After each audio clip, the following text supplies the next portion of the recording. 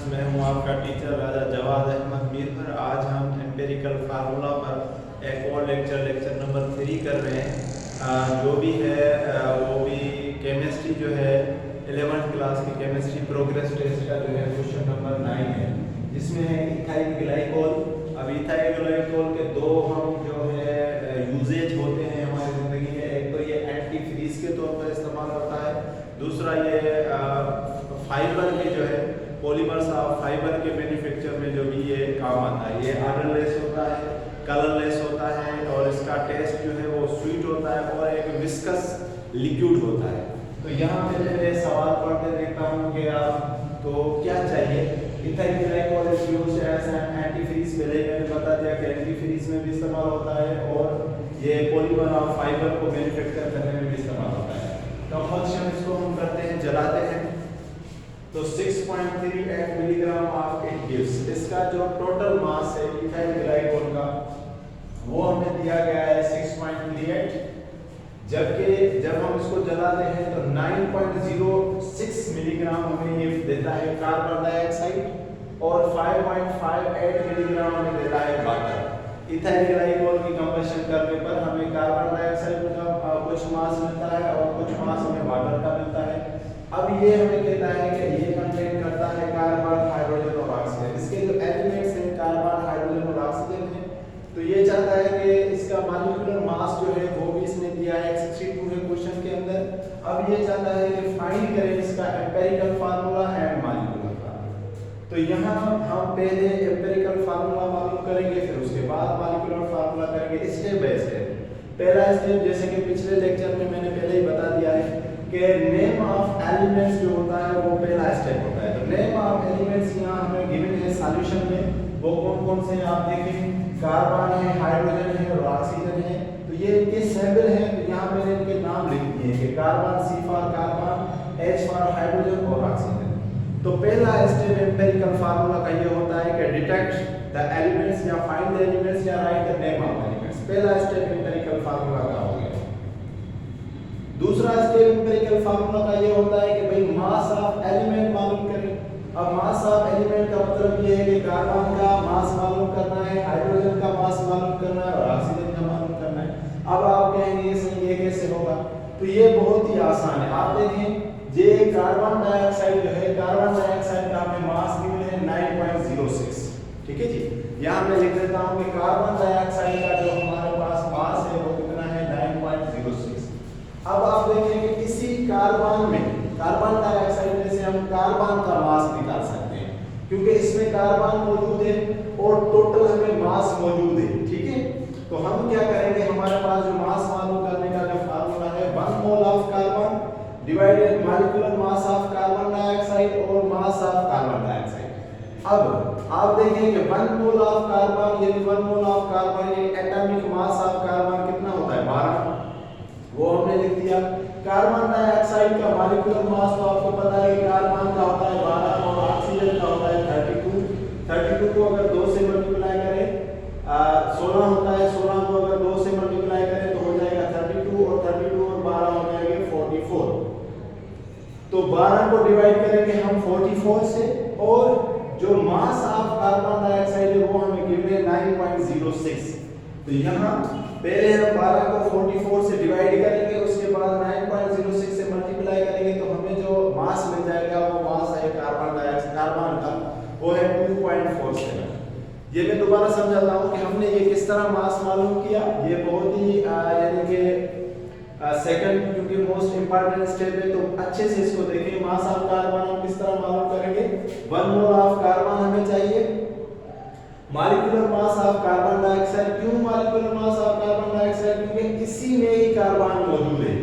अच्छा, और उसके बाद मास ऑफ कार्बन डाइऑक्साइड ये हमें गिवन है 9.06। तो इस हिसाब से हमने 1 मोल का जो है वो हमने वैल्यू लिखा 12 और मॉलिक्यूलर मास कार्बन डाइऑक्साइड की वैल्यू हमने लिखी 44 और इसको मल्टीप्लाई किया 9.06 से, तो हमारी वैल्यू आ गई 2.47 mg। अब इसी तरह हम जो है मास ऑफ हाइड्रोजन भी मालूम करेंगे और मास ऑफ ऑक्सीजन भी मालूम करेंगे। लेकिन कार्बन डाइऑक्साइड जो हमने मालूम किया वो कार्बन जो हमने मालूम किया वो तो कार्बन डाइऑक्साइड में हाइड्रोजन आप देखें कि वो कार्बन डाइऑक्साइड में नहीं है, हाइड्रोजन है वाटर में।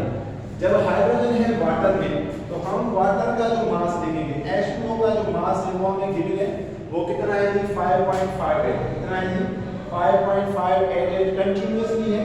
तो 5.58 में आप देखेंगे हाइड्रोजन के जो मोल है वो है 2, वहां पर कार्बन का जो मोल था 1 था। तो यहाँ हमने 1 मोल ऑफ कार्बन लिखा था, लेकिन हाइड्रोजन में हम लिखेंगे 2 mole of hydrogen, 2 mole of hydrogen.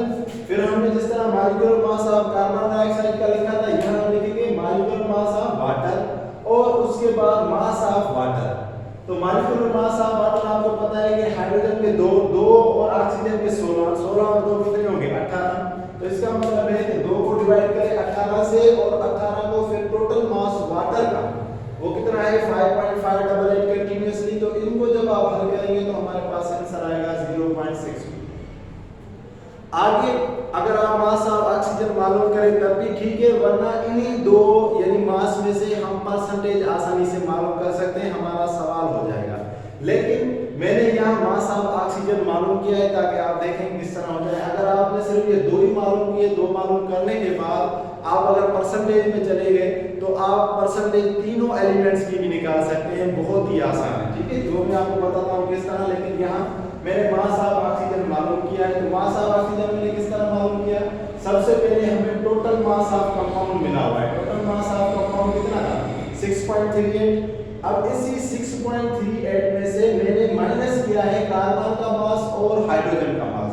तो ये यानी कि कॉमन सेंस की बात है कि अगर हमें कार्बन का मास मिला है और हाइड्रोजन का मास मिला है और टोटल मास हमें मिला हुआ है, तो टोटल मास में से अगर कार्बन और हाइड्रोजन का हम माइनस कर देंगे तो हमें जो मास मिलेगा वो होगा ऑक्सीजन का। तो ये देखिए यहाँ मैंने ऐसे ही किया है कि टोटल मास था वो 6.38 था, माइनस करेंगे मास ऑफ कार्बन और मास ऑफ हाइड्रोजन। तो मास ऑफ कार्बन 2.47 और मास ऑफ हाइड्रोजन 0.62, इनको ऐड किया। ऐड करने के बाद 6.38 में से अगर मैंने माइनस किया तो हमें मास ऑफ ऑक्सीजन मिल गया 3.29। तो ये इसका दूसरा स्टेप था। पहला स्टेप क्या था कि write the name of elements, find the elements या detect the elements, empirical formula का ये पहला स्टेप। दूसरा स्टेप क्या होता है कि भाई find the mass of elements. कभी कभार हमें डायरेक्ट परसेंटेज पर ये सवाल दिया जाता है, जैसे पिछला सवाल था जो हमने किया था।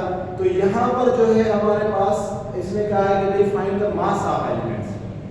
तो मास ऑफ एलिमेंट्स का फार्मूला क्या है कि 1 mole of carbon divided by molecular mass of carbon dioxide और multiply by mass of carbon dioxide. जो भी चीज वहां मिली हुई होगी उसी हिसाब से। अब आ जाए परसेंटेज हम मालूम करते हैं। परसेंटेज हम किस तरह मालूम करते हैं, वो भी आसान सा एक तरीका है। यहाँ हमने तीसरा स्टेप किया है परसेंटेज ऑफ एलिमेंट्स का।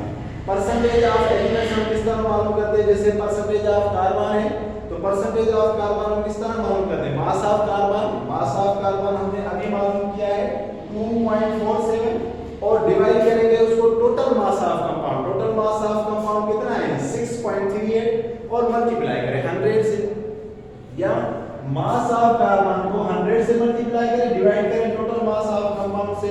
ये बिल्कुल इसी तरह है जिस तरह हम अपनी मार्क शीट की परसेंटेज निकालते हैं कि भाई टोटल मार्क जो हमने ली है, टोटल मार्क जो हमारे पास है उसमें से ऑब्टेन मार्क जो है, ऑब्टेन मार्क को टोटल मार्क से हम डिवाइड करते हैं और मल्टीप्लाई सबसे करते हैं। तो ये इसी तरह। तो देखिए मास ऑफ कार्बन हमने लिखा, मास ऑफ कार्बन हमने मालूम किया है 2.47, इसको 100 से मल्टीप्लाई करें, डिवाइड करें 6.38 से, तो हमारा आंसर आ जाएगा 41%। यानी कार्बन की अगर मैं जो परसेंटेज की बात करूं तो कार्बन की हमारे पास परसेंटेज आ गई 41। इसी तरह हम अगर परसेंटेज ऑफ हाइड्रोजन की निकालें तो हाइड्रोजन की परसेंटेज किस तरह है, मास ऑफ हाइड्रोजन सिमिलरली जहां पर कार्बन था सिर्फ वहां हमने H लगा देना है, फार्मूला वैसा का वैसा। यहाँ जो कार्बन था, यहाँ जो कार्बन था वहां हमने H लगा दिया, मास ऑफ हाइड्रोजन लगा दिया और 100 divided by total mass of compound. तो मास ऑफ हाइड्रोजन आपको पता है कि मास ऑफ हाइड्रोजन हमने निकाला है 0.62। अगर 0.62 को मल्टीप्लाई करो 100 से, 100 से मल्टीप्लाई करने के बाद अगर टोटल मास ऑफ कंपाउंड से उसको डिवाइड करो तो कितना आएगा 9.7%। अब यहाँ जो मैंने पहले कहा था कि अगर आप ऑक्सीजन का मास ना भी निकालें तो भी हमें ऑक्सीजन की परसेंटेज मिल जाएगी। वो किस तरह, ऑक्सीजन की अगर हमें परसेंटेज चाहिए तो वो हम किस तरह मालूम करेंगे, वो इस तरह मैं यहाँ आपको समझा देता हूँ। सपोज करें अगर हमें ऑक्सीजन की परसेंटेज चाहिए तो ऑक्सीजन की परसेंटेज हम किस तरह, टोटल परसेंटेज हमारे पास कितनी होती है 100। अब इस 100 में से हम परसेंटेज कार्बन की और परसेंटेज हाइड्रोजन की अगर हम माइनस करते तो हमें क्या मिल जाता, परसेंटेज ऑफ ऑक्सीजन। तो ये बहुत ही आसान था, इसलिए मैंने कहा था कि अगर आप मास ऑफ ऑक्सीजन ना भी मालूम करें तब भी हमें परसेंटेज ऑफ ऑक्सीजन मिल जाएगी। लेकिन यहाँ मैंने क्योंकि मास ऑफ जो है ऑक्सीजन का मालूम किया था तो उसी मास से मैंने ऑक्सीजन की परसेंटेज निकाली है। देखें किस तरह, वही चीज जहां जहां पर हाइड्रोजन था, जहां जहां पर कार्बन था, उसी जगह पर मैंने सिर्फ ऑक्सीजन को पुट किया है। देखें mass of oxygen, percentage of oxygen multiply 100 total mass of carbon, कुछ भी नहीं है, वही फार्मूला है। मास ऑफ एलिमेंट का भी वही फार्मूला, परसेंटेज का भी वही फार्मूला। वो फार्मूला हमने लिखा, मास ऑफ ऑक्सीजन हमें पता है कि 3.29 है और उसको डिवाइड करेंगे 6.38 से और मल्टीप्लाई करेंगे 100 से। जब हमने इसको मल्टीप्लाई किया तो मल्टीप्लाई करने के बाद जो हमें परसेंटेज मिली वो मिली 51.56%। 51.56%। तो ये यहाँ तक जो है हमने 3 स्टेप कर लिए। पहला स्टेप हमने क्या मालूम किया कि भाई एम्पिरिकल फार्मूला के मुताबिक डिटेक्ट द या right the name of the elements कर लिया जी हमने ऊपर ऊपर। दूसरा जो स्टेप था वो ये था कि find the mass of element, तो मास ऑफ एलिमेंट्स हमने कर लिया। तीसरा जो हमारे पास स्टेप है वो ये है कि find the percentage of elements. तो परसेंटेज ऑफ एलिमेंट्स में मैंने यहाँ परसेंटेज ऑफ कार्बन मालूम कर ली, परसेंटेज ऑफ हाइड्रोजन मैंने मालूम कर ली और यहाँ नीचे जो है वो परसेंटेज ऑफ ऑक्सीजन हमने मालूम कर ली। अब उसके बाद जो स्टेप हमारे पास होता है वो होता है फाइंड द मोल रेशो। अब हमारा जो चौथा स्टेप है वो है फाइंड द मोल रेशो। इससे पहले कि मैं ये मिटा कर बोल दूं, आप इसकी स्क्रीनशॉट ले लें।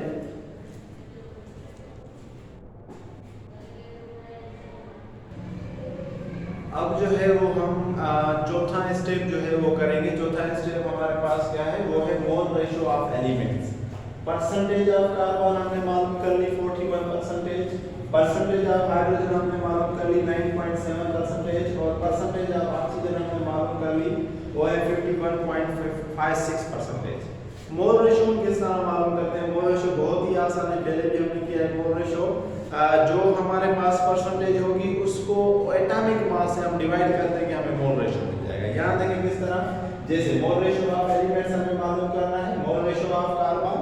अगर मुझे कार्बन का मोल रेशो मालूम करना है तो percentage of carbon divided bye atomic mass. Percentage of carbon हमारे पास है 41। अब 41 को कार्बन का एटॉमिक मास कितना है 12 से डिवाइड करेंगे तो 3.225। बहुत ही आसान और कुछ भी नहीं।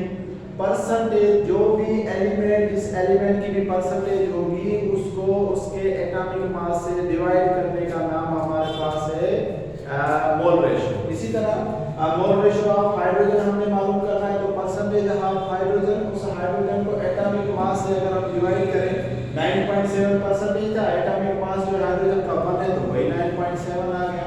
इसी तरह अगर परसेंटेज ऑफ ऑक्सीजन हमें मालूम करना है तो परसेंटेज ऑफ ऑक्सीजन हमें मिला हुआ है, उसका अगर मोल रेशो हमें मालूम करना है तो उसके एटॉमिक मास से हमने उसको डिवाइड कर दिया। तो ऑक्सीजन की परसेंटेज थी 51.56, उसको एटॉमिक मास ऑफ ऑक्सीजन कितना है 16, उससे हमने डिवाइड किया तो 3.225।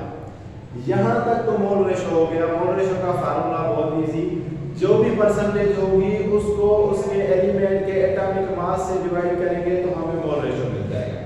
अब यहाँ पर जो मोल रेशो हमारे पास है कार्बन का, जो मोल रेशो हमारे पास है हाइड्रोजन का, जो मोल रेशो हमारे पास है ऑक्सीजन का, इनमें आप देखेंगे छोटा कौन सा है तो छोटा 3.225 है, तो इसको हम कहेंगे स्मॉलेस्ट मोल रेशो। अब स्मॉलेस्ट मोल रेशो हमने क्यों मालूम किया? क्योंकि इसके बाद हमने मालूम करना होता है सिंपलेस्ट मोल रेशो। क्या मालूम करना होता है? Simplest mole ratio. आइए जरा हम सिंपलेस्ट मोल रेशो मालूम करते हैं। सिंपलेस्ट मोल रेशो हम किस तरह मालूम करते हैं या सिंपल मोल रेशो हम किस तरह मालूम करते हैं कि जो भी हमें मोल रेशो मिला है उसको हम स्मॉलेस्ट मोल रेशो से डिवाइड करेंगे। जैसे अगर हमने मोल रेशो ऑफ कार्बन हमें मिला तो उसको स्मॉलेस्ट मोल रेशो से डिवाइड करेंगे। मोल रेशो हमें अगर हाइड्रोजन का मिला तो उसको स्मॉलेस्ट मोल रेशो से हम डिवाइड करेंगे। मोल रेशो अगर हमें ऑक्सीजन का मिला तो उसको हमने स्मॉलेस्ट मोल रेशो से डिवाइड करना है। जैसे यहाँ देखें मोल रेशियो ऑफ कार्बन हमारे पास 3.225 था और स्मॉलेस्ट मोल रेशियो भी हमारे पास 3.225 है, तो इसका इसके ऊपर जो पारा लगेगा वो लगेगा 1 मरतबा। इसी तरह मोल रेशियो ऑफ हाइड्रोजन जो है वो हमारे पास था 9.7 और स्मॉलेस्ट मोल रेशियो जो है वो 3.225 है, तो जब उसको हम डिवाइड करेंगे तो उस पर उसका पारा लगेगा 3 मरतबा। हमने फ्रैक्शन वाली चीजें नहीं लिखी, बस वही होल नंबर हमने लिखा है। इसी तरह मोल रेशियो ऑफ ऑक्सीजन हमने 3.225 था, उसको अगर हमने इससे डिवाइड किया तो हमारे पास आ गया आंसर 1। तो मैं एक दफा फिर बता देता हूं कि सिंपलेस्ट मोल रेशियो या सिंपल मोल रेशियो किस तरह मालूम किया जाता है। जो भी हमें मोल रेशियो मिला उसको स्मॉलेस्ट मोल रेशियो से अगर हम डिवाइड करेंगे तो उसको हम कहते हैं सिंपलेस्ट मोल रेशियो। इसके अलावा एक और चीज जो लास्ट में हमारा स्टेप होता है वो राइट द एम्पिरिकल फार्मूला। अब एम्पिरिकल फार्मूला हमने कैसे लिखा है, जैसे यहाँ देखिए C है तो C का हमारे पास वैल्यू आई 1, तो हमने C का 1 लिखा है यहाँ पर। H की वैल्यू आई 3 तो H का हमने 3 लिखा है। O का हमारे पास जो वैल्यू आई 1 तो हमने 1 लिखा। तो ये जो हमारे पास जो फार्मूला आ गया है ये एम्पिरिकल फार्मूला है हमारे पास इथाइल ग्लाइकोल का। तो पहला जो हमारे पास सवाल था कि फाइंड द एम्पिरिकल फार्मूला, वो यहाँ तक आ गया। मैं एक दफा स्टेप्स रिपीट कर देता हूँ। Find the elements, detect the mass of elements, find the percentage of elements, find the mole ratio, find the simple mole ratio और उसके बाद राइट द एम्पिरिकल फार्मूला। ये 5 स्टेप जो है ये मिलाकर छठा स्टेप जो हम एम्पिरिकल फार्मूला का लिखते हैं, इससे हमने एम्पिरिकल फार्मूला फाइंड कर दिया। उसके बाद जो ये अगला सवाल हमें पूछता है कि भाई what is the molecular formula. तो मॉलिक्यूलर फार्मूला का जो फार्मूला होता है वो ये होता है कि मॉलिक्यूलर फार्मूला या मॉलिक्यूलर मास जो है वो हमारे पास ये होता है। मॉलिक्यूलर फार्मूला का यहाँ मास नहीं, मॉलिक्यूलर फार्मूला हम लिखेंगे कि मॉलिक्यूलर फार्मूला का जो है वो क्या है कि एम्पिरिकल फार्मूला से n मल्टीप्लाई करें। अब एम्पिरिकल फार्मूला तो हमें पता है CH3O है। अब ये n क्या बना है, तो n बेसिकली कुछ भी नहीं है। n जो हमें यहाँ मिला हुआ है, आप देखें कि मॉलिक्यूलर मास मिला हुआ है 62। अब इसी मॉलिक्यूलर मास को एम्पिरिकल फार्मूला मास से अगर हम डिवाइड करें तो हमें जो जवाब मिलेगा वो मिलेगा n। आइए जरा देखते हैं किस तरह। यहाँ मैंने n मालूम किया है कि मॉलिक्यूलर मास हमें गिवन है 62, डिवाइड करें उसको एम्पिरिकल फार्मूला मास से। एम्पिरिकल फार्मूला मास क्या है, इसका empirical formula mass CH3O। CH3O का मतलब क्या है कि भाई कार्बन का 12, हाइड्रोजन का 1 को 3 से जन्म किया और O का 16, तो इनको अगर हम जरा ऐड करेंगे तो हमारे पास जो आंसर आएगा वो आएगा 31। अब इस 31 से 62 को डिवाइड करेंगे तो हमारे पास आंसर क्या आया 2। तो ये जो 2 है ये हमारे पास है n। अब इस n को हमने एम्पिरिकल फार्मूला से मल्टीप्लाई करना है। एम्पिरिकल फार्मूला हमें पता चल गया है कि n हमारे पास क्या है 2। यहाँ मैं लिख लेता हूँ कि n हमारे पास क्या है, सो दैट n हमारे पास है 2, यहाँ पे लिखा हुआ था। तो इसका मतलब है empirical formula multiply n। Empirical formula ये था 2 अगर इसे ज़रब करें तो C2H6 और O2 ये एक्यूरेट फार्मूला है इथाइल ग्लाइकोल का। इथाइल ग्लाइकोल का ये क्या है, एक्यूरेट फार्मूला। ये हमने किस तरह मालूम किया, बहुत ही आसान है। मॉलिक्यूलर फार्मूला जो है वो मालूम करना बहुत ही आसान है। एम्पिरिकल फार्मूला अगर आप यहाँ देखेंगे उसका जो मास है 62, अगर मास 62 है और एम्पिरिकल फार्मूला मास आपने निकाला 31, तो 31 का ये देखिए डबल है। तो डबल है तो सिंपल बात है कि एम्पिरिकल फार्मूला को अगर हम डबल कर देंगे तो हमें क्या मिल जाएगा, मॉलिक्यूलर मास। तो इसी तरह आज का जो ये सवाल है बहुत ही इंपॉर्टेंट है एग्जाम के हिसाब से भी। यहाँ अगर जो एग्जाम में ये सवाल आता है तो एक मरतबा इसने बस सिर्फ क्या किया था, वैल्यू चेंज की थी। ये जो 6.38 है इसको उसने किया था 6.40। क्या किया था भाई, 6.40। और ये जो 5.58 है इसको उसने लिखा था 6, इसको उसने क्या लिखा था 6। तो एग्जामिनर और कुछ नहीं कर सकता, सिर्फ वैल्यू को थोड़ा चेंज करेगा, लेकिन प्रॉब्लम वही का वही है, सारे स्टेप वही के वही है। आप सिर्फ इसकी अच्छे से प्रैक्टिस करें, बार बार इनकी प्रैक्टिस करें, बहुत ही आसानी के साथ आप इस सवाल को हल कर लेंगे। एक मरतबा फिर आपको मॉलिक्यूलर फार्मूला समझा देता हूँ कि मॉलिक्यूलर फार्मूला हम किस तरह मालूम करते हैं इसको मिटा के, ताकि आपको वो आसानी से समझ आ जाए। जैसे कि हमने यहाँ देखा है कि हमारे पास जो एम्पिरिकल फार्मूला था वो क्या था, CH3O, ठीक है। अब इस एम्पिरिकल फार्मूला मास निकालेंगे। तो एम्पिरिकल फार्मूला मास हम किस तरह निकालेंगे? ये इसका जो एटॉमिक मास है 12, इसका जो एटॉमिक मास है वो 1 और मल्टीप्लाई 3, यानी इन की वैल्यूज को हम ऐड करेंगे और ऑक्सीजन का कितना है 16, तो ये अगर करें तो हमारे पास आ गया 31 AMU।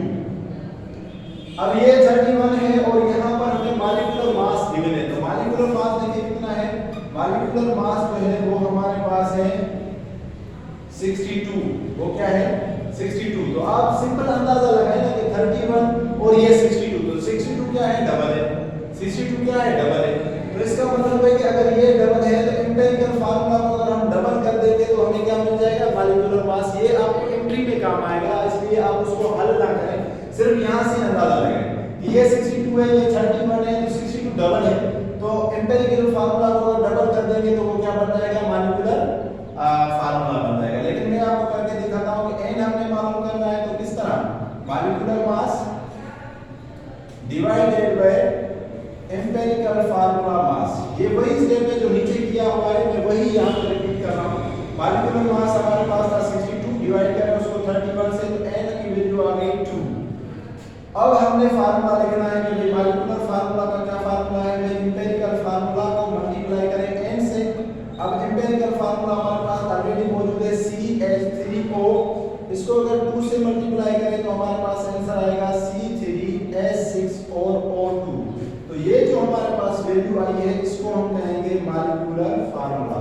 तो मॉलिक्यूलर फार्मूला मैंने इसलिए इसको किया कि एग्जामिनर सिर्फ यही पूछ सकता है कि भाई right the molecular formula of methyl glycol, उसका एम्पिरिकल फार्मूला ये है और उसका मॉलिक्यूलर मास ये है, तो सिर्फ 5 मिनट में या 2 मिनट में आपका ये सवाल हो जाएगा। इस सवाल की बार-बार आप प्रैक्टिस करें। Thank you, thanks for watching. Channel को सब्सक्राइब भी करें, वीडियो को लाइक शेयर भी करें, कमेंट भी करें, और कोई क्वेश्चन हो तो वो भी आप मुझसे पूछ सकते हैं। Thank you, thanks for watching.